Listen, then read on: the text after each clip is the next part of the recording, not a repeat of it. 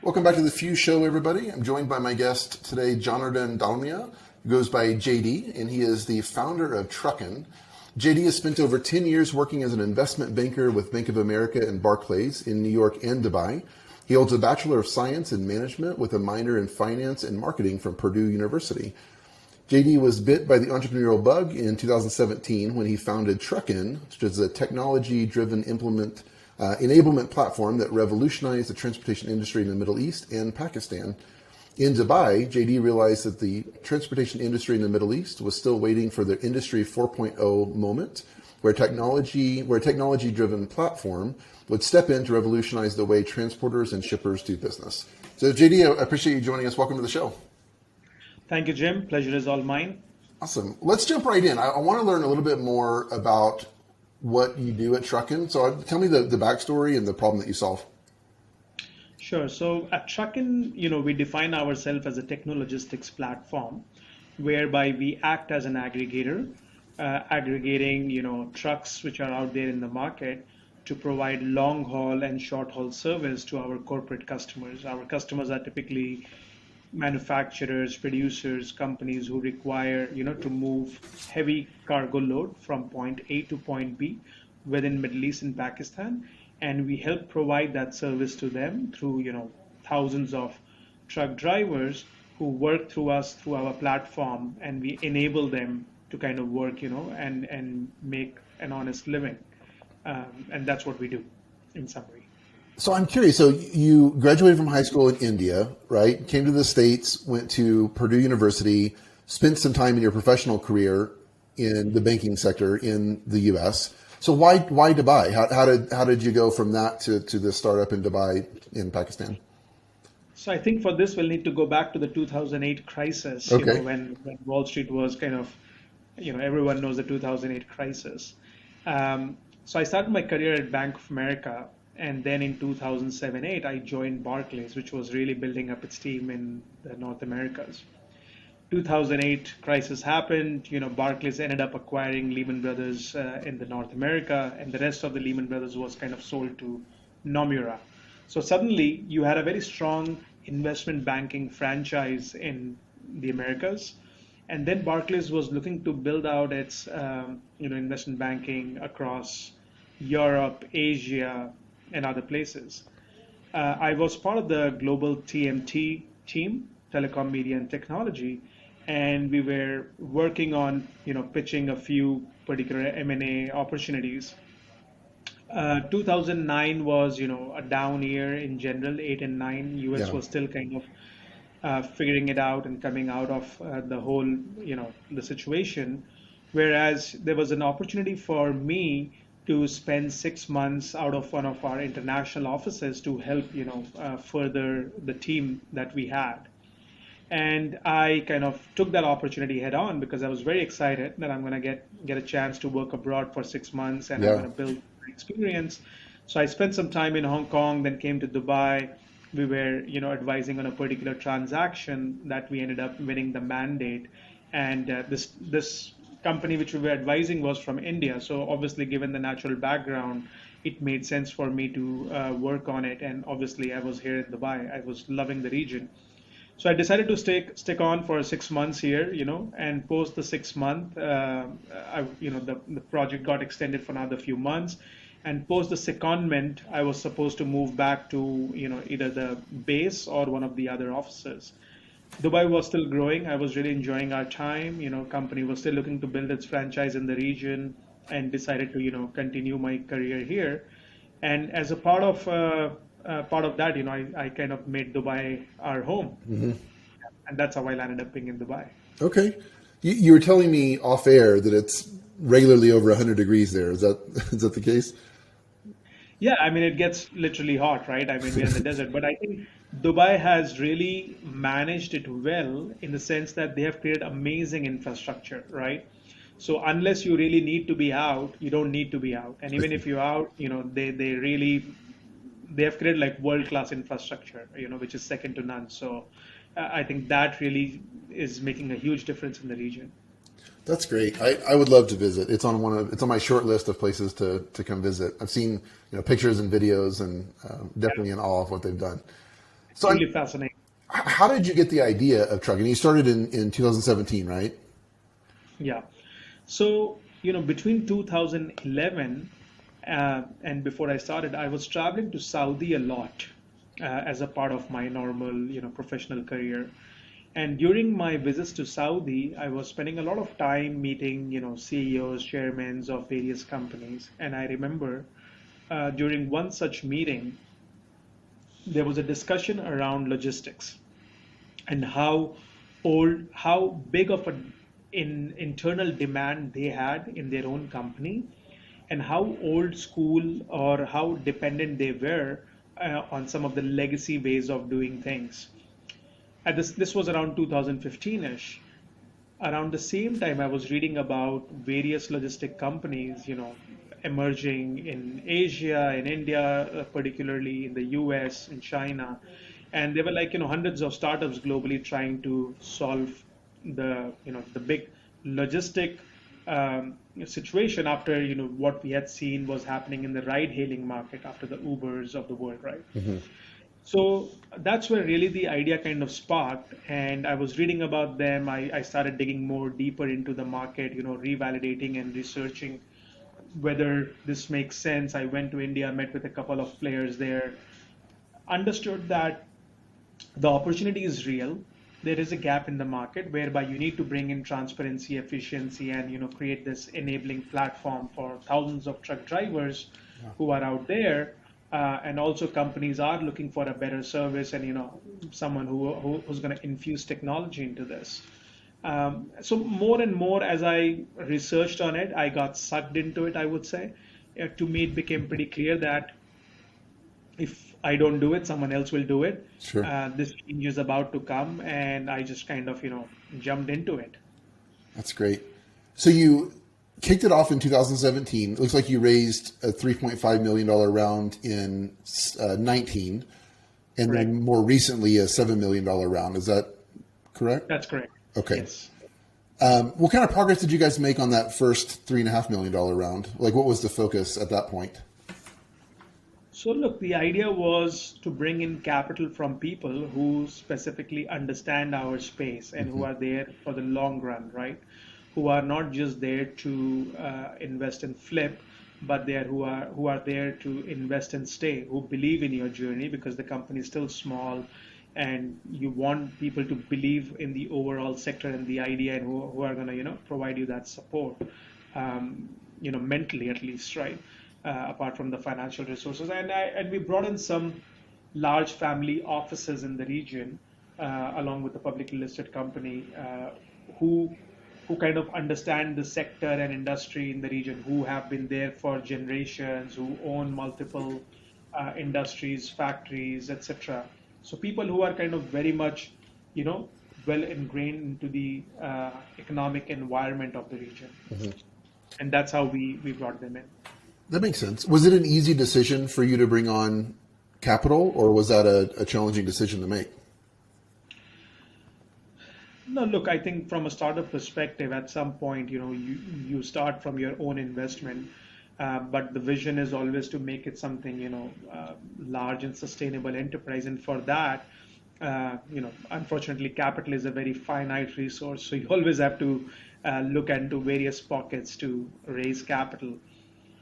So raising capital was not a difficult decision. I think the timing of it, the quantum of it, all these things are kind of more relevant, decisions to make at that point in time, and then choosing the right partners to bring on.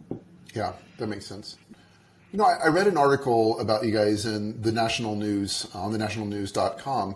And one of the things that was mentioned on the article is that you guys are venturing into fintech for payment solutions, insurance, and other financial services. And it got me thinking about the idea in our business. We're very much doing the same thing, where we started with one core product, and then we're scratching our own itch internally, and from then we're adding more products that are adjacent to the original product. So I'm curious how you guys made that decision of like sort of venturing out a little bit into these different product lines versus just sticking with your core focus. So the way we look at things is, we serve a huge driver community, huge truckers community, right? and what can we do to add to that ecosystem or to make that ecosystem better in their journey, right? And one of the huge elements of our business is kind of paying the transporters once they have finished the job, Okay. and that's still kind of hugely dependent on cash economy, right? But where the world is shifting is kind of moving towards cashless, right? So digitizing that is kind of the fintech angle we want to take, because that not only helps from the security perspective, but also these drivers or the truck drivers or our partners who make money or who earn this hard-earned living, uh, go, they need money to repatriate back home. So this is very much required to, kind of up for the upliftment of the ecosystem. That makes sense. As a founder, how did you make that decision of when it's like when you felt comfortable venturing into that area of the business? I mean, you've been around what, 4 years, give or take now. So like, what led to the decision? Like, how did you feel comfortable sort of making that where you felt like your core product was stable to allow you to put the resources towards a new product? Yeah, look, I think we don't want to deviate from our core product. That's never, we don't want to lose the focus. This is always, trying to figure out what else can we do in parallel. And you're absolutely right that one has to manage the resources very efficiently in this. And this is one area where our next parallel focus is kind of going on.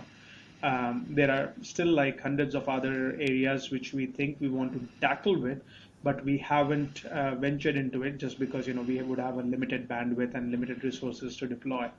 Yeah, that makes Yeah. sense. I'm curious. This is like a little off on a side topic, but have you ever ridden in one of the trucks? Like, have you ever done a ride along with one of the drivers just to kind of see what their world is like? Yeah, man, it's amazing actually. What I used to do before I started the business was, you will find a lot of truck drivers in the region who come from India, from Pakistan, from the subcontinent here. I grew up in India, so I can speak the local language. And while researching, I would go down to these, rest areas and go meet with the truck drivers. Funny story, before I would, I was a banker, so I would always be in my suit with my shirt and tie and cufflinks, etc. And as soon as I would go there, these guys would be thinking like something is off, right? Like, why is this guy here? Is he spying on us? Is he Yeah. trying to get some information? What is it? So they would never be open about it. And then I realized it fairly quickly. Like, look, the audience is different. I switched into jeans and t-shirt, and I would go down, speak the local language. I will sit with them, make them comfortable on a friendly basis, have a cup of tea, which they make on their trucks. So it's amazing. In fact, by the way, on the side of the truck, they have this secret compartment, which is almost like your mobile kitchen. Okay. So they sit there, they make the tea, and you have a cup of tea with them, you get them talking, and that's how, you kind of learn a lot about it. So I did spend a lot of time, on the ground, meeting them in person, moving around, because the best way to learn about it is when you are actually feeling it. Yeah.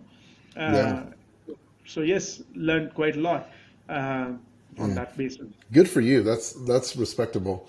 How has that shaped the development of your product?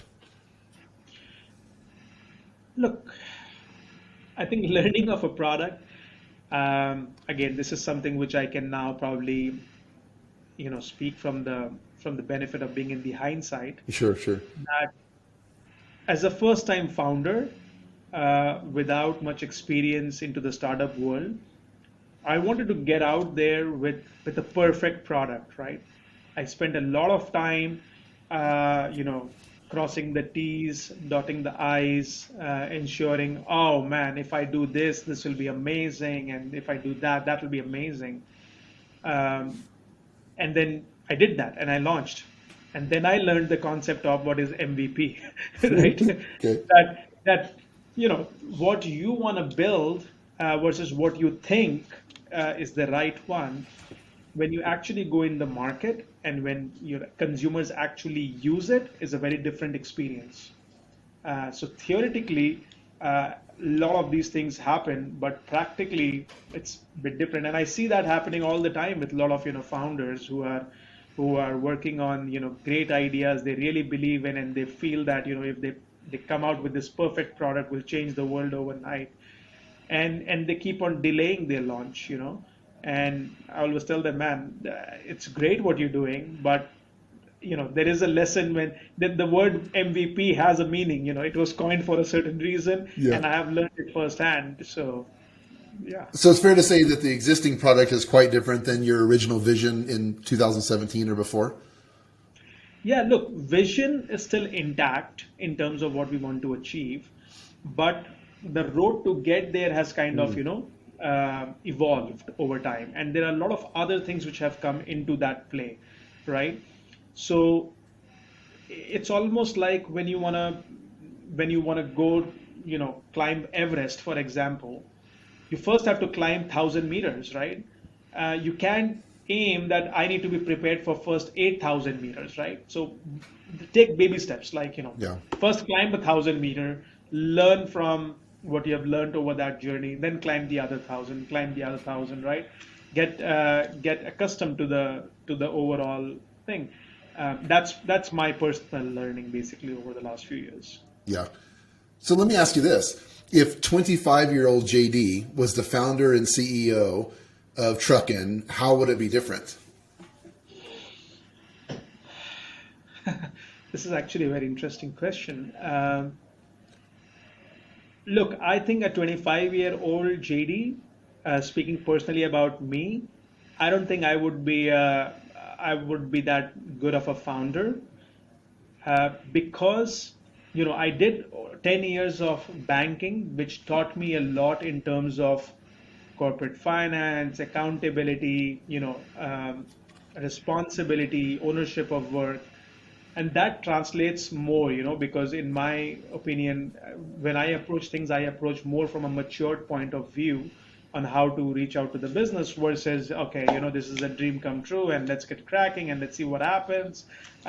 So personally, and I'm sure like a lot of people who start young, they do extremely well. They're more energetic. But I think personally for me, I think I learned a lot from my past career, and specifically about being accountable and being able to relate with all of my colleagues who are working for Trukkin, being on their shoes, how people approach things and how they like to be treated, they like to be worked, so I just feel that it taught me a lot, on the both emotional intelligence part, on the EQ Yeah. part, Yeah. and also what truly means being responsible or accountable. Yeah. One of the things, this isn't always true, but in many cases I see that older founders, and in this space, of course, older is, 35 or 40 plus years old as compared to early 20s. There's generally a development of more humility. And I think about when you talk about the MVP idea, it's like I can easily see a scenario where we could go in and be very, very proud of our product and very prideful. That's like, no, this is the way it's going to be, and less receptive to feedback from the drivers, for example.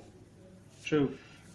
True, totally. I mean, I think what you're saying, it makes perfect sense, because um, I think humility is another attribute which I think almost all founders should have, right? Uh, I mean, I can't speak for others, but I mean, I'm truly grateful for what if we look like a success. I mean, I don't know if we are successful or not yet, but if we do look like success, I think it's truly a team's huge effort that we continue to put on a regular basis. And I'm sure at some point we might have gotten lucky somewhere. Things would have worked out for us, because it's tough to build any startup business. Yeah. Absolutely. I want to, along these lines, draw your attention to something that you said previously. I have it in my notes here, and I wish I could remember where you wrote this. Maybe it was on an article or maybe your LinkedIn, but speaking about a successful founder, kind of what makes a successful founder, you said adaptability, passion, perseverance, and grit. And I'm Yeah. curious how you think of those things and how you apply those things. So when I say adaptability, and if I put that in one bucket, passion, because you have to be because as a startup, you know more than anyone else. You kind of a lone ranger there, right? So unless you are excited about it, and people, let me tackle passion first. People talk about passion, and they might feel that every morning when you get up and go to work, you're super excited. I mean, this is no like walk in the park, or this is not a trip to Disneyland on a daily basis, right? I mean, no, not every morning when I get up, I am like super excited that, whoa, man, I can't get to be in the office. No, man, you are like, a human being. You are down, you are out, you are tired, you are stressed, you don't know what you need to deal with. You have like 30 other problems which are there, uh, which is, passion. But passion to me is still being on it, right? Despite all the challenges, hurdles, etc., you have still decided that no, this is the journey I want to take, and I still believe in it, and I'm going to go for it, right? So that to me is somewhat passion, which kind of is related with perseverance and grit. Right. I think grit and perseverance are like so important in any business, right? It doesn't matter what product you have, doesn't matter what idea you have. Products can be replicated. Ideas will evolve. Once you have started the business, you might need to pivot, you might need to grow. But what keeps you going is your perseverance, right? And the sheer grit of doing things, right? You would you would face 20 challenges in a day, but you're looking for that one high, right? When you feel, oh yeah, man, this is okay, I can work it. Yeah. Because you might go through 20 lows in a day, but you have to self motivate yourself to look for that one high. And I think that's what I define as perseverance and grit, and passion being just continuing to do it regularly, and adaptability, because that is so true. In today's environment, things change overnight. I mean, who had predicted COVID? I mean, so many companies had to repurpose themselves, pivot, move on, recalibrate. And if you are adaptable to change, I think that's the biggest flexibility. And that's really what I also tell all of my colleagues also, people who we hire, etc. What I look for is really, are they adaptable? Because a startup culture is so different, right? I Gosh, mean, yeah. if you want to hire people who have experience, you're clearly hiring it from companies, large companies where they have spent time. But then who have, maybe bigger infrastructure, solid infrastructure, things under place. But when they join a fast growth startup, are they really adaptable to that change? Are they really adaptable to changing the ways do things, roll up their sleeves, get their hands dirty? So I think that's where the adaptability comes. So I feel if you have these four qualities, then it really sets you up to tackle with anything which might come your way, right? Because if you see a competition, you see something changing, you see the market trend changing, your adaptability helps you change that. Your perseverance and grit makes you go those 100 miles, and your passion kind of makes you do it day in day out, right? Even when you are kind of low. So that's largely how I think some of the attributes which are important as a founder. So if passion is the fuel that pushes you, that propels you through perseverance, grit, etc., what is that fuel? Like what for you personally, what gives you that passion? Like what's your deeper why behind what you do? See, my why is that when I thought about this business, I saw an opportunity in the market, right? That there are these thousands of truck drivers, and with the help of what we are doing by aggregating them, we can enable them to do quality work and earn honest living. And that why still stands true. Now, to do that journey, obviously you're going to go through several ups and downs and challenges.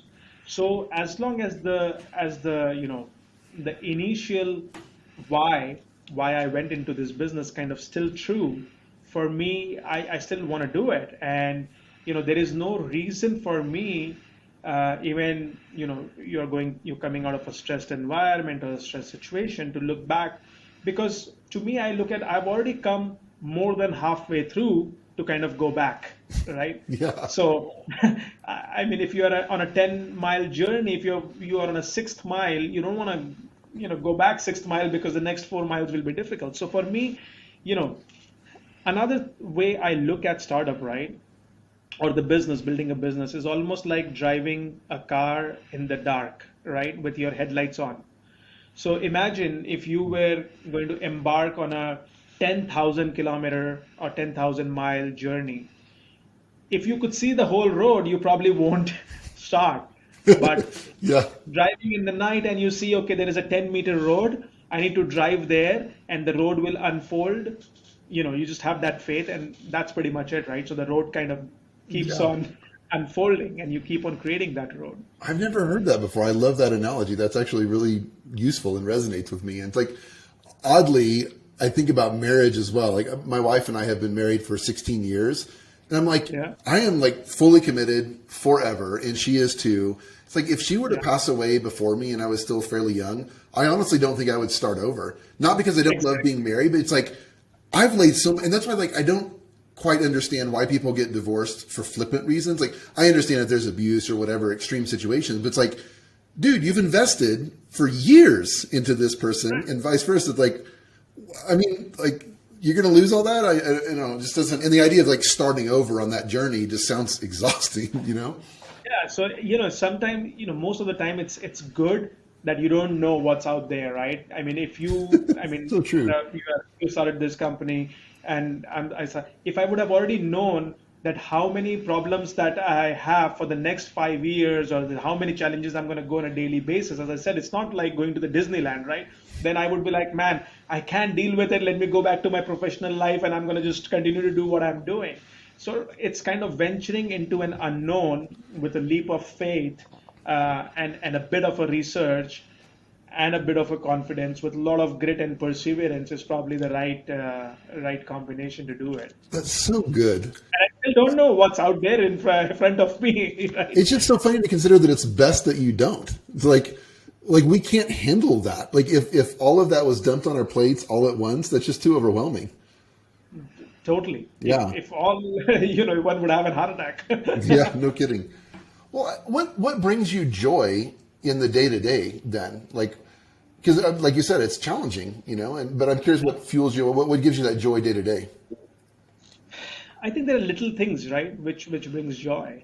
Uh, for example, just before this chat, I was exchanging message with a very old colleague of mine from the banking days, who I haven't seen for a long time, and we were just deciding to catch up, in a week's time for a lunch. And he said, by the way, I spoke to this guy, this company in another country, and he was singing all praises about you. And I was like, who's this guy? I don't even know. Like, I'm a bit lost.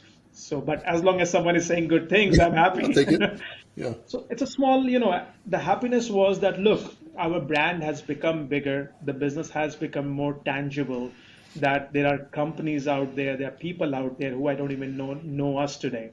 When we look to hire people, there are people, highly qualified people who wish to join us in our journey. Uh, there are about hundreds of our colleagues who come here, earn a living, feed themselves, feed their families, and the business is growing. So I think these are small little things. When I look back, I feel happy about it, and I think that's pretty much it I look for. Yeah. Yeah. There's so much joy in creating something from nothing that provides so many benefits to people.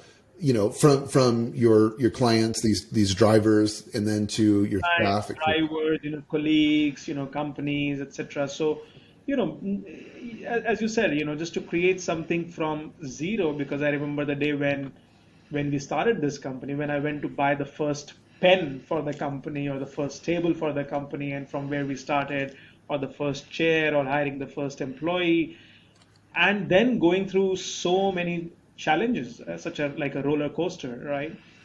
And then if people think we are successful, although as I said, I don't know whether we are or not, because I like to, stay neutral around that. And I hope that, we're going to create something far bigger than what it is today. But when people ask us about, like, that means they view us as some sort of a success, and that Yeah. itself is quite fulfilling, I think. Yeah.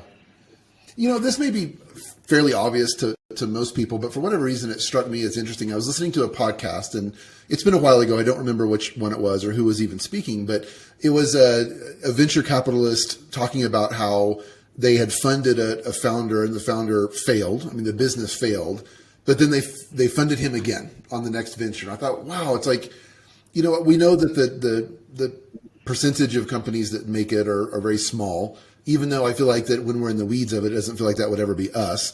But it was just remarkable to me that's like, we can do everything right, and sometimes the timing is off, the market is just not ready for the product or whatever, and there's a failure, but it's not necessarily attributed to the founder.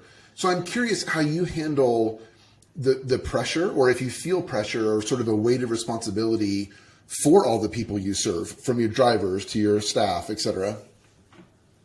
No, absolutely. I think there's a huge amount of pressure, constantly on you, along with you want to succeed. Obviously, everyone gets into it to succeed as a business.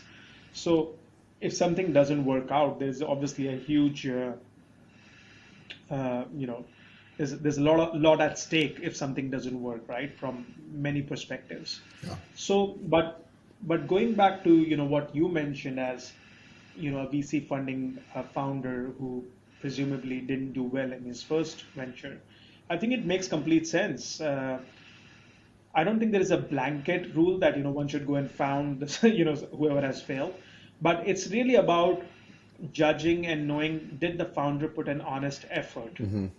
Businesses are, again, it doesn't work only because someone is a great founder or a poor founder. I think businesses work when you have a combination of things going right. It's from the sector, the timing, the industry, the team, the decisions that you make, the backers that you get, the capital that you raise, how you invest. And there are a lot of things which have to kind of go along your way. It's almost like, building an engine in a vehicle, and a lot of things have to kind of work simultaneously to make that engine work. But during this whole thing, if someone is able to judge that, if there was that perseverance and grit in that founder, and still he kind of, things can go south anytime. But I think if someone kind of reads through that, then, and if you find that kind of a founder, then I think it's plus, because not only he has already gone through a massive MBA program, right, of failing that, and in his second venture, hopefully he will not be able to. He would probably be more cautious and do better. So the learning experience which you kind of go through is phenomenal. Oh, yeah. So for you personally, do you reconcile this by just knowing that you did your best at the end of each day and kind of letting the chips fall where they may, but feeling content in that you're doing your best each day? That's another, I think, thing which I think most of the founders struggle with. As much as you can give from your side, I think one would never be content, right?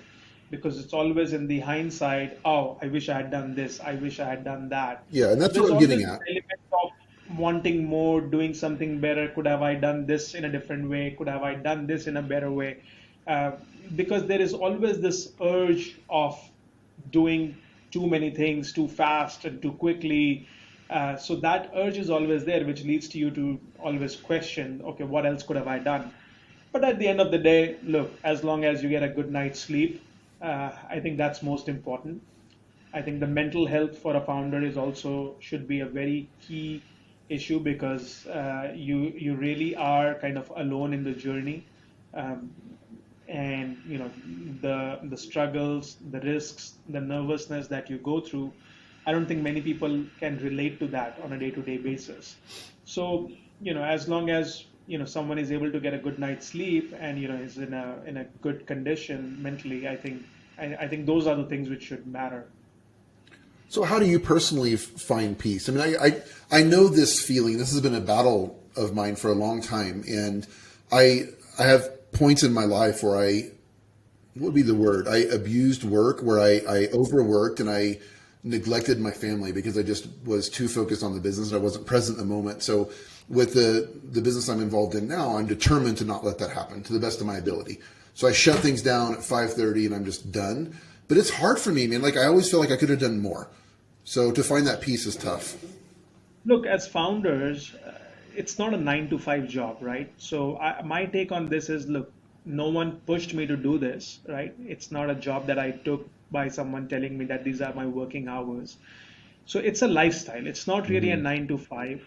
It's a lifestyle. You don't switch off. Just like no one is there to question you whether you showed up in the morning or not, but you are yourself, accountable and you take ownership of that. Similarly, at 2 a.m., 3 a.m., whether it's Sundays or Fridays or Saturdays, whichever part of the world you are, your brain is constantly working, right? Uh, so I don't look at it as a 9 to 5. I look at it as a lifestyle. And to answer to your question, I think that is a struggle which everyone kind of goes through. And unfortunately, in the initial part of building up of the business, you do have to sacrifice, some of the family time, friends time, etc. But as long as you have a very supportive partner with you, that kind of makes a big difference because everyone understands that you have left something consciously to go into something. Yeah. If your partner does get involved into a day-to-day business a little bit, or one has the visibility of the challenges that you go through, I think that makes it much better in terms of understanding of what you're going through. Absolutely. For me, fortunately, I have a good set of friends where I do hang out, once in a while that, to blow up the steam. And also, I love, my kids, once you see them, that kind of, it's the biggest stress Yeah. buster. But in summary, look, there is no other way around it, right? Sure. I mean, it's a 24/7, and you are hoping that you build business big enough where you are able to hire quality team members who would then be able to take the business forward, and you kind of Yeah. get more control of your time. Right. But you have to get there, as you're saying. I mean, it's like generally you can't just do that right in the beginning. And that's what I define as zone of pain, because either you are truly small and you don't need someone and you don't have the capital, then you start growing where you are starting to become a little bit large, but you still don't have the capital to hire quality member. Or you become big and you have the capital and you still need to hire people and you need to find quality people, and that's kind of the zone of pain, right? Where you are Yeah. not small enough that you can manage it yourself, and you're not big enough that you can hire too many people also to manage it. Yeah. So you kind of graduate through that zone of pain, and hopefully you graduate to the other end of the spectrum soon. Uh, you know, so it's a journey. Yeah, no question. I wanted to ask you, what are you uniquely best at? What are your best skills that you bring to the business? Personally, I think I have a good EQ in the business. Understanding, what drives the team members, what their aspirations are, and how to align that with of our vision of the company. So I personally think, you know I think that's one area I would think that I have a little bit more touch. I'm more empathetic and more compassionate with our teams, which allows them, or I feel the team members at any level to connect a lot with me. Yeah. That's so important. So, is it fair to say you're good at aligning incentives with your team to figure out what motivates them and how to motivate them? I feel so. I'm sure I could do much better. And Well, as you kind of we all could. grow or learn on a daily basis, Yeah. you can, it's a daily learning experience for me as well. But I feel that that's one area maybe I do decent. Yeah. Yeah. I'm curious. We'll land this plane here, but I'm curious to know how your upbringing and childhood has shaped the way that you lead now. Super interesting. Uh, wow. So if I try to recall, obviously my growing up years, I've got two older brothers. I'm the youngest one. I come from a business family. While growing up, I was kind of a lost kid from the studies perspective. There was a few years in my life when I was, kind of lost. I wasn't focused on the studies, etc. but I was just kind of just lost, right? Maybe typical or not typical of, teenage years of my life, Okay. maybe, somewhere 11 to 14, 15 years of my life when I was kind of, just lost. But my father has always been super empowering, even when we were super young, right? He never questioned. He always gave us a lot of independence.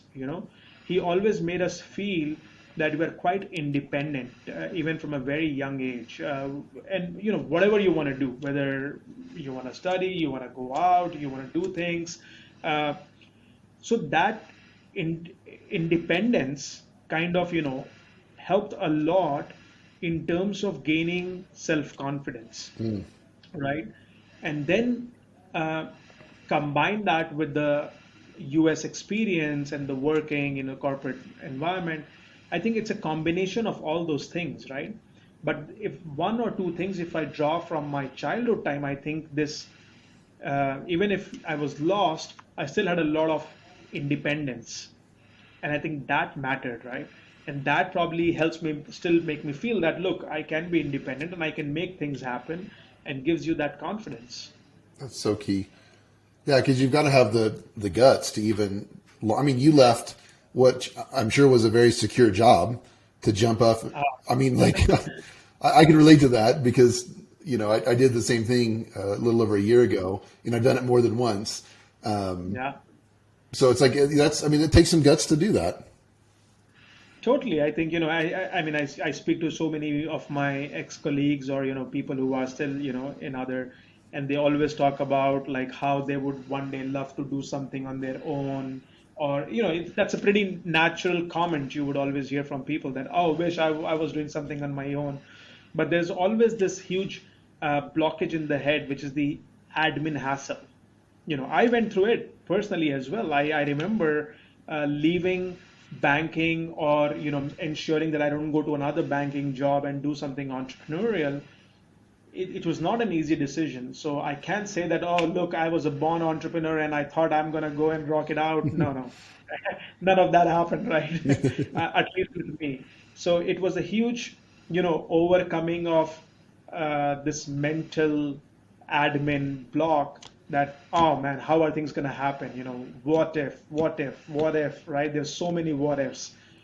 And then, I guess when it just happens, as I said, if I would have already known what's out there for the next 4 years at my journey, probably I would have never started. So you start with an enthusiasm that overnight we're gonna do this, and tomorrow everyone's gonna love us, and this is a sure thing. And I think that's okay because that's the frame of mind you need to kind of start with. Because Yeah. if you would have known all the challenges and struggles which is about to come, then I don't think a lot of people would start that journey. Yeah.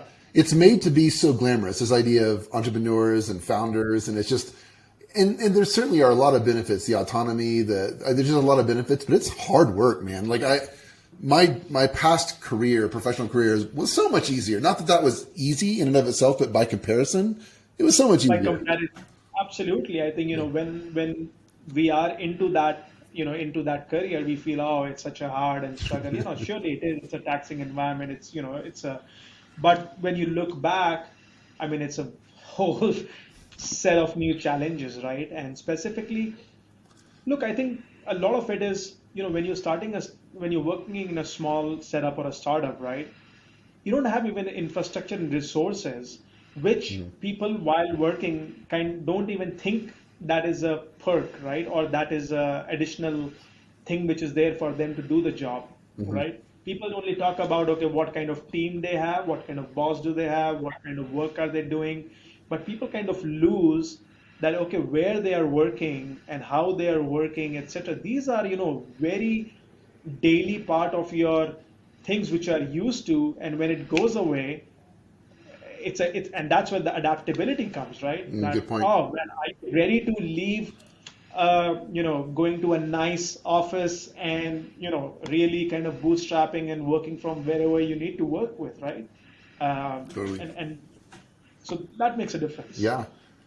Well, JD, I know we need to wrap this up. This has been absolutely a pleasure. I'm super excited about what you're doing at Trukkin. I'm very confident that you guys are going to be successful. I think you've got the right mix of ingredients to do so. But thank you so much for your time on the show.